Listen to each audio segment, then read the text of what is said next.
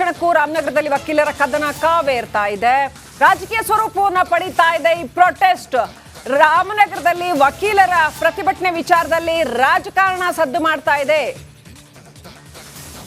ವಕೀಲರ ಪ್ರತಿಭಟನೆಗೆ ಎಚ್ಡಿಕೆ ಹಾಗೂ ಅಶೋಕ್ ಸಾಥ್ ಕೊಡ್ತಾ ಇದ್ದಾರೆ. ಬೆಂಗಳೂರಿನಿಂದ ರಾಮನಗರದತ್ತ ಹೊರಟಿದ್ದಾರೆ ಆರ್ ಅಶೋಕ್ ಅಂತ ಹೇಳಲಾಗ್ತಾ ಇದೆ. ಕೆಲವೇ ಕ್ಷಣಗಳಲ್ಲಿ ಈ ಹೋರಾಟದಲ್ಲಿ ಎಚ್.ಡಿ. ಕುಮಾರಸ್ವಾಮಿ ಸಹ ಭಾಗಿಯಾಗ್ತಾರೆ ಅಂತ ಹೇಳಲಾಗ್ತಾ ಇದೆ. ಗಲಾಟೆ ಪ್ರಕರಣವೊಂದರಲ್ಲಿ ಜಿಲ್ಲಾ ವಕೀಲರ ಸಂಘದ 40-45 ಜನ ಪೊಲೀಸರ ಮೇಲೆ ಐಜೂರು ಠಾಣೆಯ PSI ಪ್ರಕರಣವನ್ನು ದಾಖಲಿಸಿದ್ದಾರೆ, ಸುಳ್ಳು FIR ದಾಖಲಿಸಿದ್ದಾರೆ ಅಂತ ಹೇಳಿ ಇವತ್ತು ಬೆಳಗಿನಿಂದನೂ ಕೂಡ ವಕೀಲರು ಪ್ರೊಟೆಸ್ಟ್ ಮಾಡ್ತಾ ಇದ್ದಾರೆ.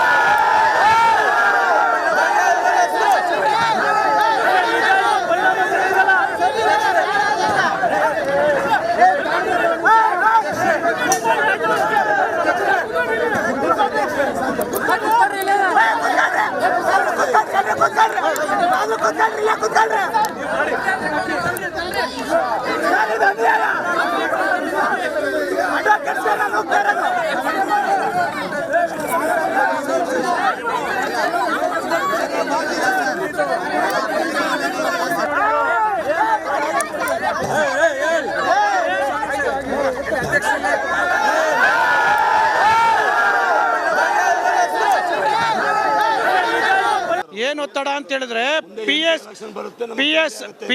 PSI ತನ್ವೀರು ಇಲ್ಲಿರುವಂಥ ಇಕ್ಬಾಲ್ ಇದರಲ್ಲ MLA ಅವರ ಬಲಗೈ ಬಂಟ ಅವರು ನನ್ನ ಮರ್ಯಾದೆ ಹೋಗುತ್ತೆ ಆತನ ಸಸ್ಪೆಂಡ್ ಮಾಡಿದ್ರೆ ಅಂತೇಳಿ MP ಅವ್ರನ್ನ ರಿಕ್ವೆಸ್ಟ್ ಮಾಡ್ಕೊಂಡಿದ್ದಾರೆ. MP ಅವರು DC ಅವರಿಗೆ 2 ದಿವಸ ಅಂತೇಳಿ ಮುಂದೂಡಿ ಇದನ್ನು ಮಾಡಬೇಡಿ ಅಂತ ಹೇಳಿದ್ದಾರೆ. ಮತ್ತು MP ಚುನಾವಣೆ ಬರ್ತಾ ಇದೆ, ನಮಗೆ ಅನಾನುಕೂಲ ಆಗುತ್ತೆ, ಬೇಡ ಅಂತ ಹೇಳಿದರೆ ಅನ್ನುವಂಥದ್ದು ನಮಗೆ ಇಲ್ಲಿಂದನೇ ಬಂದಿರುವಂಥ ರವಾನೆ. ನಮಗೂ ಕೆಲವೊಂದು ಮಾಹಿತಿಗಳು ಬರ್ತಾ ಇದೆ. ಭಾಳ ಡಿಲೇ ಅಲ್ಲ ಸರ್, ಇದು ಸರ್ವಾಧಿಕಾರ. ಇದು ರಾಮನಗರ ಹೆಂಗಾಗಿದೆ ಅಂದರೆ ದುಂಡಾವರ್ತಿ ಸರ್ವಾಧಿಕಾರ ಆಗಿದೆ. ಕೇಳಿದ್ವಿ ನಾವು ಈ ಥರ ಮಾಡ್ತಾರೆ ಅಂತ. ಇವತ್ತು ರಾಜ್ಯದಿಂದ ಬಂದಿರುವಂಥ ಎಲ್ಲರೂ ಕೂಡ ರಾಮನಗರನ ಕಣ್ಣಾರ ನೋಡಿದ್ರು. ಇದು ಒಳ್ಳೇದಲ್ಲ, ಇದು ಒಳ್ಳೆ ಬೆಳವಣಿಗೆ ಅಲ್ಲ. ಇದು ಪರಿಣಾಮ ತನ್ವೀರ್ ಮಾಡಿದ ತಪ್ಪಿಗೆ ಇವತ್ತು ಎಲ್ಲರೂ ಅವನಿಗೆ ಶಿಕ್ಷೆ ಕೊಡಬೇಕು ಅಂತ ಆಗ್ರಹಿಸ್ತಾ ಇದ್ದೀವಿ. ಅದೇ ರೀತಿ ತಕ್ಕ ಪಾಠವನ್ನು ಎಲ್ಲ ಜನಗಳು ಕೊಡ್ತಾರೆ ಅಂತ ಹೇಳ್ತೀನಿ ಸರ್. ಅವ್ರಿಗೆ ಮುಖ್ಯಮಂತ್ರಿಗಳು ಕೂಡ ಒಬ್ಬರು ನಮ್ಮ ವಕೀಲರು, ಮುಖ್ಯಮಂತ್ರಿಗಳು ಅವ್ರಿಗೆ ವಕೀಲರ ಬಗ್ಗೆ ಭಾಳ ಕಾಳಜಿನೂ ಇದೆ ಸರ್. ಅವರು ಮಾಡಿದ್ರು, ಅದು ಮಾಹಿತಿ ನಮಗಿದೆ. ಅವರು ರಾಮನಗರ ಕ್ಷೇತ್ರ DCM ಕ್ಷೇತ್ರ ನಾವು ತಲೆ ಹಾಕೋದು ಬೇಡ, ಅವರೇ ಮಾಡ್ಕೊಳ್ಳಿ ಅಂತೇಳಿ ಬಿಟ್ಟಿದ್ರು. ಆದರೆ ಇಲ್ಲಿ ಪರಿಸ್ಥಿತಿ ಎಲ್ಲ ತಮಗೆ ಗೊತ್ತಾಗಿದೆ. ಈಗ ಏನು ಒತ್ತಡ ಅಂತೇಳಿದ್ರೆ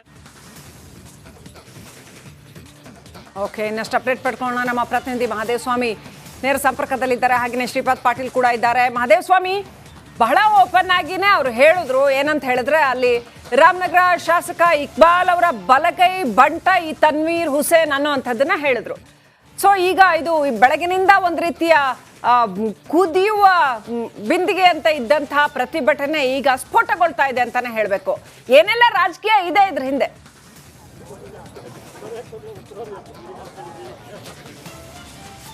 ಶ್ರೀಲಕ್ಷ್ಮಿ, ಪ್ರಮುಖವಾಗಿ ಈಗ ಈ ಒಂದು ವಕೀಲರ ಪ್ರತಿಭಟನೆಗೆ ರಾಜಕೀಯ ನಾಯಕರ ಎಂಟ್ರಿ ತಗೋತಾ ಇರುವಂಥದ್ದು. ನಾಳೆ ಪ್ರತಿಭಟನೆ ಯಾವ ಸ್ವರೂಪವನ್ನು ಪಡೆದುಕೊಳ್ಳುತ್ತೆ ಅಂತನ್ನುವಂಥದ್ದನ್ನು ಕಾದು ನೋಡಬೇಕಾಗಿದೆ. ಯಾಕೆಂತಂದರೆ ಈಗಾಗಲೇ ಶಾಸಕ ಇಕ್ಬಾಲ್ ಹುಸೇನ್ ಅವರವರು ಜೊತೆಗೆ ಏನೋ ಒಂದಷ್ಟು ಕಾಣದ ಕೈಗಳು ಇದರ ಹಿಂದೆ ಇದೆ ಅಂತನ್ನುವಂಥದ್ದು ವಕೀಲರ ಆರೋಪವಾಗಿರಬೇಕಂಥದ್ದು. ಯಾಕಂದರೆ ಇದಕ್ಕೆ ರಾಜಕೀಯ ಬಣ್ಣ ಇದೆ, ರಾಜಕೀಯವಾಗಿಯೇ ಕೂಡ ಅಧಿಕಾರಿಗಳ ಕೈಯನ್ನು ಕಟ್ಟಿ ಹಾಕಿದ್ದಾರೆ ಅಂತನ್ನುವಂತಹ ಮಾತನ್ನು ಸ್ಪಷ್ಟವಾಗಿ ವಕೀಲರು ಕೂಡ ಹೇಳ್ತಾ ಇರುವಂಥದ್ದು. ಹಾಗಾಗಿಯೇ ಕೂಡ ಇದು ರಾಜಕೀಯ ತಿರುಗುವನ್ನು ಪಡೆದುಕೊಳ್ಳುವಂತಹ ಸಾಧ್ಯತೆ ಇದೆ. ಯಾಕಂದರೆ ಇವತ್ತು ಕುಮಾರಸ್ವಾಮಿ ಅವರು ಕೂಡ ವಕೀಲರಿಗೆ ಏನು ಪ್ರತಿಭಟನೆಗೆ ಸಾಥನ್ನು ನೀಡಲಿಕ್ಕೆ ಕೂಡ ಬರ್ತಾ ಇದ್ದಾರೆ ಅಂತನ್ನುವಂಥ ಮಾತುಗಳಿದೆ. ಜೊತೆಗೆ ಆರ್ ಅಶೋಕ್ ಕೂಡ ಅವರ ಪ್ರತಿಭಟನೆಯಲ್ಲಿ ಭಾಗಿಯಾಗ್ತಾರೆ ಅಂತನ್ನುವಂಥ ಮಾತುಗಳು ಕೂಡ ಇದೆ. ಹಾಗಾಗಿ ರಾಜಕೀಯ ನಾಯಕರು ಏನಾದರೂ ಎಂಟ್ರಿಯನ್ನು ತೆಗೆದುಕೊಂಡಂತಹ ಸಂದರ್ಭದಲ್ಲಿ ಇದರ ಸ್ವರೂಪ ಹೇಗಾಗುತ್ತೆ ಅಂತನ್ನುವಂಥದ್ದು ಈಗ ನಾನು ದೃಶ್ಯದಲ್ಲಿ ತೋರಿಸ್ತಾ ಹೋಗ್ತೇನೆ. ಸಾಕಷ್ಟು ವಕೀಲರು ಕೂಡ ಇದೇ ಜಾಗದಲ್ಲಿ ಕುಳಿತು ಪ್ರತಿಭಟನೆಯನ್ನು ಕೂಡ ಮಾಡ್ತಾ ಇರುವಂಥದ್ದು. ಶ್ರೀಲಕ್ಷ್ಮಿ, ಓಕೆ, ಸಾಧ್ಯ ಆದರೆ ಮಾತನಾಡಿಸಿ, ಅಲ್ಲಿ ಯಾರಾದರೂ ಮಾತನಾಡಕ್ಕೆ ರೆಡಿ ಇದ್ರೆ ಖಂಡಿತವಾಗ್ಲೂ ಮಾತನಾಡಿಸಿ ವಕೀಲರುಗಳನ್ನ. ಪ್ರತಿಭಟನೆ ಮಾತಾಡಿಸಿ ಅಂದ್ರಲ್ಲ ಮೇಡಮ್, ನಾನು ಮಾತಾಡ್ಸಕ್ಕೆ ಬಂದೆ. ವಕೀಲರ ಹೋರಾಟಕ್ಕೆ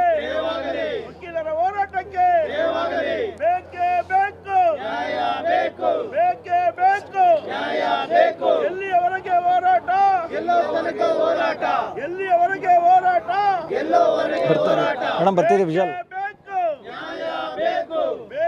ರೈಟ್. ಇದೀಗ ವಕೀಲರ ಪ್ರತಿಭಟನೆಗೆ ರಾಜಕೀಯದ ಬಣ್ಣ ಬಹಳ ಸ್ಪಷ್ಟವಾಗಿ ಕಾಣ್ತಾ ಇದೆ. ಈಗಾಗಲೇ ಅಲ್ಲಿ ರಾಮನಗರ ಜಿಲ್ಲಾಧಿಕಾರಿ ಹಾಗೂ ವಕೀಲರ ನಡುವೆ ಎಷ್ಟೊಂದು ವಾಗ್ವಾದ ನಡೀತು ಅನ್ನೋದನ್ನ ನಾವು ನೋಡಿದ್ವಿ. ವಕೀಲರು ಇದರಲ್ಲಿ ಸಂಪೂರ್ಣ ಪೊಲಿಟಿಕಲ್ ಇನ್ಫ್ಲೂಯೆನ್ಸ್ ಇದೆ ಅನ್ನೋಂಥದ್ದನ್ನ ಹೇಳ್ತಾ ಇದ್ದಾರೆ. ರಾಮನಗರದ ಶಾಸಕ ಇಕ್ಬಾಲ್ ಅವರ ಬಲಗೈ ಬಂಟ ಈ PSI ಅನ್ನುವಂಥದ್ದನ್ನ ಹೇಳ್ತಾ ಇದ್ದಾರೆ. ಸೊ ಒಟ್ಟಿನಲ್ಲಿ HD ಕುಮಾರಸ್ವಾಮಿ ಅವರು, ಆರ್ ಅಶೋಕ್ ಅವರು ಕೂಡ ಸ್ಥಳಕ್ಕೆ ಭೇಟಿ ಕೊಟ್ರೆ ಇದು ಸಂಪೂರ್ಣ ರಾಜಕೀಯ ಬಣ್ಣವನ್ನು ಪಡೆದುಕೊಳ್ಳುತ್ತಾ ಕಾದು ನೋಡಬೇಕು. ಅಹೋರಾತ್ರಿ ಬಹುಶಃ ಅಲ್ಲಿ ಪ್ರತಿಭಟನೆ ಮಾಡ್ತಾರೆ ಅಂತ ಅನ್ಸುತ್ತೆ. ಈಗಿರೋ ಪರಿಸ್ಥಿತಿಯನ್ನ ನೋಡಿದ್ರೆ ನಾಳೆನೂ ಕೂಡ ಇದು ಸಮಸ್ಯೆ ಸಾಲ್ವ್ ಆಗೋದಿಲ್ಲ. ಪ್ರತಿಷ್ಠೆ ಒಂದು ಕಡೆ ಆದ್ರೆ ರಾಜಕಾರಣಿಗಳ ಪ್ರತಿಷ್ಠೆ ಮತ್ತೊಂದು ಕಡೆ. ರಾಜಕಾರಣಿಗಳ ಸ್ವಯಂ ಪ್ರತಿಷ್ಠೆಗೋಸ್ಕರ ಎಲ್ಲೋ ಒಂದು ಕಡೆ ಕಾನೂನನ್ನ ಬಲಿ ಕೊಡಲಾಗ್ತಾ ಇದೆಯಾ?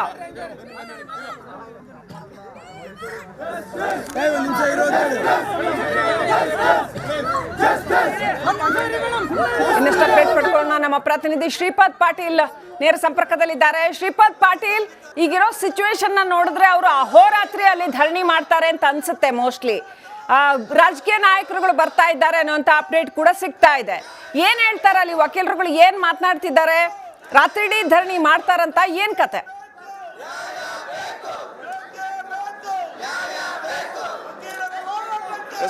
ಶ್ರೀಲಕ್ಷ್ಮಿ ಅವರು ಅಹೋರಾತ್ರಿ ಧರಣಿಯನ್ನು ನಡೆಸ್ತೀವಿ ಅಂತ ಈಗಾಗಲೇ ಅನೌನ್ಸ್ಮೆಂಟ್ ಮಾಡಿ ಆಗಿದೆ. ಯಾವುದೇ ಕಾರಣಕ್ಕೂ ನಾವು ಪ್ರತಿಭಟನೆಯಿಂದ ಹಿಂದೆ ಸರಿಯೋದಿಲ್ಲ ಅನ್ನುವಂತಹ ಮಾತನ್ನ ಅವರು ಪದೇ ಪದೇ ರಿಪೀಟ್ ಮಾಡ್ತಾ ಇದ್ದಾರೆ. ನಾವು ಯಾವುದೇ ಕಾರಣಕ್ಕೂ ಪ್ರತಿಭಟನೆಯಿಂದ ಹಿಂದೆ ಸರಿಯೋದಿಲ್ಲ. ನಮಗೆ ಜಿಲ್ಲಾಧಿಕಾರಿಯಿಂದ ಸಸ್ಪೆನ್ಷನ್ ಆರ್ಡರ್ ಅನ್ನು ನಾವು ಬಯಸ್ತಾ ಇದ್ದೀವಿ.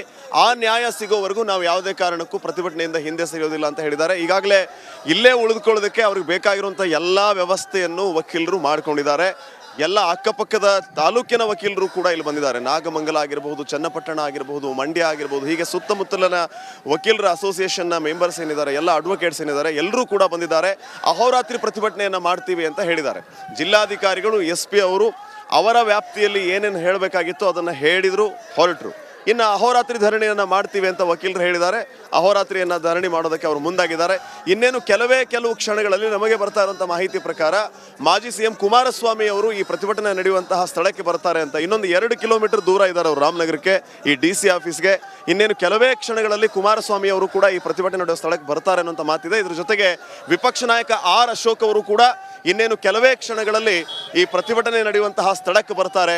ಪ್ರತಿಭಟನಾ ನಿರತರ ಜೊತೆಗೆ ಅವರು ಕೈ ಜೋಡಿಸ್ತಾರೆ ಅನ್ನುವಂತಹ ಮಾತುಗಳು ಕೂಡ ಕೇಳಿ ಬರ್ತಾ ಇದೆ. ಕುಮಾರಸ್ವಾಮಿ ಅವರು ಮತ್ತೆ ಆರ್ ಅಶೋಕ್ ಅವರು ಪ್ರತಿಭಟನೆ ನಡೆಯುವಂತಹ ಸ್ಥಳಕ್ಕೆ ಬಂದ ಮೇಲೆ ಇದು ಯಾವ ರೀತಿಯ ತಿರುವನ್ನ ಪಡೆದುಕೊಳ್ಳುತ್ತೆ ಅನ್ನೋದು ಕೂಡ ಇಲ್ಲಿ ದೊಡ್ಡ ಪ್ರಶ್ನೆಯಾಗಿ ಕಾಡ್ತಾ ಇದೆ. ರಾಜಕೀಯ ಎಂಟ್ರಿ ಆಗಿ ರಾಜಕೀಯ ಒತ್ತಡದಿಂದ ಈ ರೀತಿಯ ಸಮಸ್ಯೆ ಆಗ್ತಾ ಇದೆ, ಈ ರೀತಿಯ ನಿರ್ಲಕ್ಷ್ಯ ಮಾಡ್ತಾ ಇದ್ದಾರೆ ಅಂತ ಈಗಾಗಲೇ ವಕೀಲರು ಆರೋಪಿಸ್ತಾ ಇದ್ದಾರೆ, ತಮ್ಮ ಆಕ್ರೋಶವನ್ನು ವ್ಯಕ್ತಪಡಿಸ್ತಾ ಇದ್ದಾರೆ. ಈ ಸಂದರ್ಭದಲ್ಲಿ ಮಾಜಿ CM ಕುಮಾರಸ್ವಾಮಿ ಅವರು ಜೊತೆಗೆ ಆರ್ ಅಶೋಕ್ ಅವರು ಇನ್ನೇನು ಕೆಲವೇ ಕ್ಷಣಗಳಲ್ಲಿ ಬರ್ತಾರೆ. ಇವರು ಬಂದ ಮೇಲೆ ಮತ್ತೆ ಇದು ಯಾವ ರೀತಿ ರಾಜಕೀಯ ತಿರುವು ಪಡೆದುಕೊಳ್ಳುತ್ತೆ ಅನ್ನೋದು ಸದ್ಯಕ್ಕಿನ ಪ್ರಶ್ನೆ ಆಗಿದೆ. ಶ್ರೀಪಾದ್ ಪಾಟೀಲ್, ಓಕೆ, ಶ್ರೀಪಾದ್ ಪಾಟೀಲ್ ಈ ಕ್ಷಣದಲ್ಲಿ ಓಕೆ HD ಕುಮಾರಸ್ವಾಮಿ ಅವರು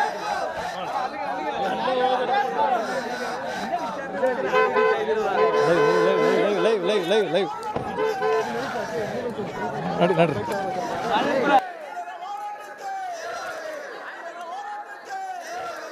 ಮಾಜಿ ಮುಖ್ಯಮಂತ್ರಿ HD ಕುಮಾರಸ್ವಾಮಿ ಇದೀಗ ಸ್ಥಳಕ್ಕೆ ಆಗಮಿಸಿದ್ದಾರೆ. ಈಗ ಪ್ರತಿಭಟನೆ ಯಾವ ತಿರುವನ್ನ ಪಡ್ಕೊಳ್ಳುತ್ತೆ ಅನ್ನೋದನ್ನ ನಾವು ಕಾದು ನೋಡ್ಬೇಕು. ಅಲ್ಲಿ ವಕೀಲರುಗಳು ಎಲ್ಲರೂ ಕೂಡ ಪ್ರತಿಭಟನೆಯ ಕಾವನ್ನ ಜೋರಾಗಿ ಹಿಡಿದಿಟ್ಕೊಂಡಿರೋದನ್ನ ಗಮನಿಸ್ತಾ ಇದ್ದೀವಿ. ರಾತ್ರಿ 10:30, 11 ಆದ್ರೂ ಕೂಡ ಇನ್ನೂ ಕೂಡ ಪ್ರತಿಭಟನೆಯ ಕಾವು ಜೋರಾಗೇನೆ ಇದೆ. ಮಾಜಿ ಮುಖ್ಯಮಂತ್ರಿ HD ಕುಮಾರಸ್ವಾಮಿ ಇದೀಗ ಸ್ಥಳಕ್ಕೆ ಆಗಮಿಸಿದ್ದಾರೆ. ವಕೀಲರುಗಳ ಜೊತೆ ಮಾತನಾಡ್ತಾರಾ, DC ಅವ್ರನ್ನ ಕರೆಸ್ತಾರಾ, ಅಥವಾ ಏನಾಗತ್ತೆ? ರಾಜಕೀಯ ಪ್ರತಿಷ್ಠೆಯ ಜಿದ್ದಿಯ ಪ್ರತಿಭಟನೆ ಆಗತ್ತಾ? ಇದು ಕಾದು ನೋಡ್ಬೇಕಾಗಿದೆ. ಈಗಷ್ಟೇ ವಕೀಲರ ಸಂಘದ ಪ್ರತಿನಿಧಿಗಳು ಮಾತನಾಡ್ತಾ ಹೇಳ್ತಾ ಇದ್ರು, ಇದರಲ್ಲಿ ಯಾಕೆ ಇಷ್ಟು ಆಕ್ರೋಶ ಇದೆ, ಯಾಕೆ ಇಷ್ಟು ರೊಚ್ಚಿಗೆದ್ದಿದ್ದಾರೆ ವಕೀಲರು ಅಂತಂದ್ರೆ ಏನೋ ಒಂದು ರೀತಿಯ ರಾಜಕೀಯ ಉದ್ದೇಶ ಇದೆ. ಈ ರೀತಿ ಸುಳ್ಳು FIRಗಳನ್ನ ದಾಖಲು ಮಾಡಿರೋದ್ರ ಹಿಂದೆ ರಾಜಕೀಯ ಉದ್ದೇಶ ಇದೆ ಅನ್ನುವಂಥದ್ದು ವಕೀಲರುಗಳ ಆರೋಪ. ರಾಮನಗರದ ಶಾಸಕ ಇಕ್ಬಾಲ್ ಹುಸೇನ್ ಅವರ ಬಲಗೈ ಬಂಟ ಈ PSI, ಐಜೂರು ಠಾಣೆಯ PSI ತನ್ವೀರ್ ಹುಸೇನ್ ಅನ್ನುವಂಥದ್ದು ವಕೀಲರುಗಳ ಆರೋಪ. ಎಲ್ಲೋ ಒಂದ್ ಕಡೆ ಇಕ್ಬಾಲ್ ಹುಸೇನ್ ಅವರು ತಮಗೆ ಮುಖಭಂಗ ಆಗುತ್ತೆ ಅನ್ನೋ ಕಾರಣಕ್ಕಾಗಿ ಅಮಾನತು ಮಾಡ್ತಾ ಇಲ್ಲ.